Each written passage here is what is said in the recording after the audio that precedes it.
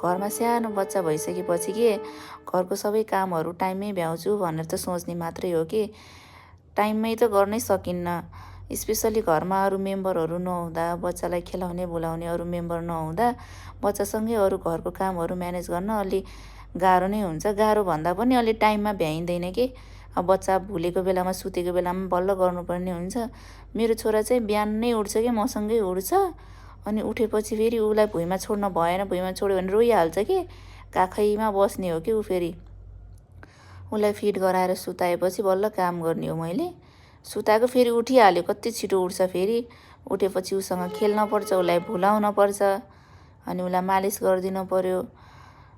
मालिस गर्ने, सरसफाइ गर्ने, उसँग खेल्ने एकछिन, त्यसो गर्दा गर्दै काम त रह्यो खुचा। अनि ऊ सुतेपछि बल्ल हो काम गर्ने।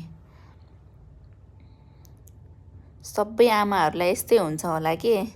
स्पेसल्ली घरमा अरू मेम्बर नहुँदा, आफू मात्रै हुँदा बच्चा सँगसँगै घरको कामहरू गर्दाखेरि चाहिँ बच्चा भुलेको बेलामा, बच्चालाई भुलाएको बेलामा, सुतेको बेलामा मात्रै होला कि सबैले गर्ने, मेरो मात्रै होइन, सबैको यस्तै हुन्छ कि।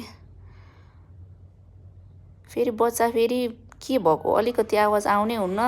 प्रायःजसो बच्चाहरू यस्तै हो कि अलिकति आवाज आउँदा बित्तिकै उठेर उठिहाल्ने। छुस्स पनि केही आवाज त आउनै नहुने कि। दिउँसोमा फेरि खासै सुत्दैन मेरो छोरा। 15 मिनट या 10 मिनट हो सुत्ने। मालिस गरेर भ्याएर फिड गराएर फेरि फिड गर्दा बित्तिकै कहाँ सुत्ने हो त, फेरि एकछिन खेल्ने हो। उसको ड्याडी पनि आइहाल्नु भयो ड्युटीबाट। अब ऊ ड्याडीसँग एकछिन खेल्छ। खेलेको बेलामा चाहिँ फटाफट काम भ्याउनु पर्यो मैले फेरि।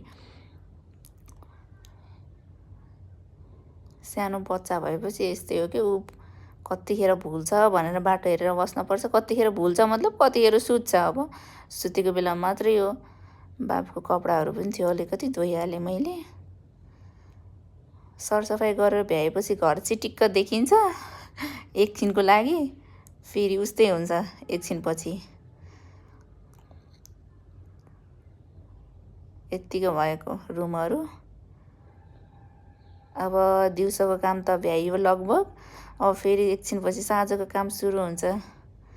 यस्तै हो काम। यस्तै गरेर जान्छ मेरो डेली दिनहरू बच्चासँग।